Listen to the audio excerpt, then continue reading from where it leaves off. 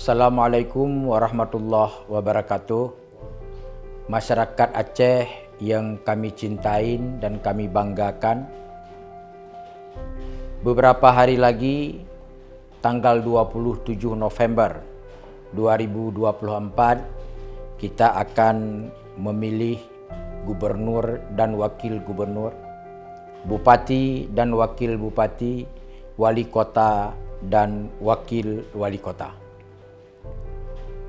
Majelis Permusyawaratan Ulama Aceh dalam hal ini mengeluarkan tausiah nomor 10 tahun 2024. Tausiah ini kami keluarkan dalam rangka menyuruh, mengajak seluruh komponen masyarakat Aceh untuk menjaga persatuan, kesatuan dan kebersamaan kita yang selama ini cukup baik untuk kita pertahankan di dalam momen pilkada ini.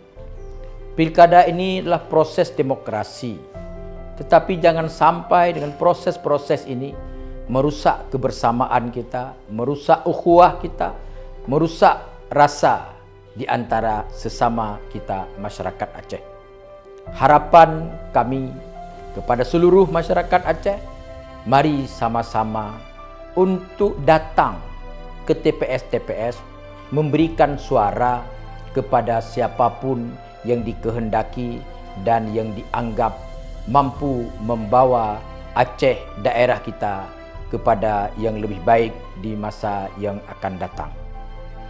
Selanjutnya juga kami berharap kepada peserta, kepada calon kepala daerah, baik di provinsi dan di kabupaten kota, di dalam masa-masa beberapa hari lagi ini, jangan melakukan langkah-langkah, tindakan-tindakan yang tidak sesuai dengan prinsip-prinsip demokrasi dan juga bertentangan dengan nilai-nilai agama kita dan juga nilai adat yang berlaku di Aceh yang sangat kita cintai ini.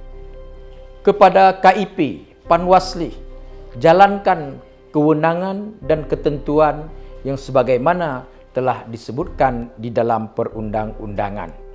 Kenetralan dan ketegasan para penyelenggara insya-Allah akan membuat pesta pilkada kita ini insya-Allah akan berjalan dengan yang baik.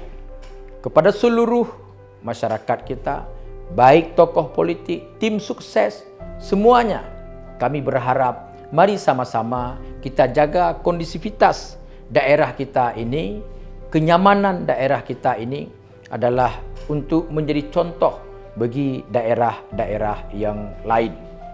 Mari kita memilih pemimpin kita yang pro dan peduli terhadap syariat Islam dan kearifan-kearifan lokal yang ada di Aceh yang sangat kita cintai.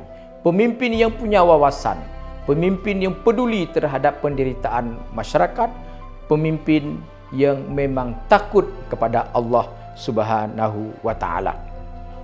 Tentunya kita sesudah berusaha, tentu jangan lupa, mari sama-sama kita berdoa kepada Allah Subhanahu wa taala agar proses pilkada ini berjalan demokrasi, jujur, aman, tentram, damai dan tidak menimbulkan hal-hal yang tidak kita inginkan, dan juga kita berdoa kepada Allah Subhanahu wa taala, yaitu kita memohon kepada Allah agar Allah mengirimkan pemimpin-pemimpin yang adil, pemimpin-pemimpin yang tidak loba terhadap kepentingan pribadinya, pemimpin-pemimpin yang penuh rasa kasih sayang melihat rakyatnya yang menderita, dan pemimpin yang bertanggung jawab, pemimpin yang adil, pemimpin yang membebaskan dirinya dari kelompok-kelompok tertentu demi untuk memakmurkan masyarakat Aceh yang sangat kita cintai ini.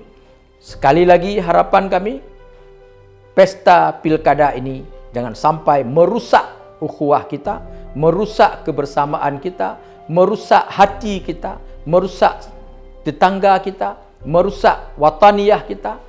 Tapi mari sama-sama kita pupuk, kita perkuat ukhuwah kita, kita perkuat kebersamaan kita, karena pilkada ini bukan segala-galanya, tetapi yang segala-galanya semua yang kita lakukan akan diminta pertanggungjawaban oleh Allah Subhanahu wa taala. Inilah yang dapat kami sampaikan, harapan Majlis Permusyawaratan Ulama Aceh kepada seluruh masyarakat Aceh yang sangat kami cintai.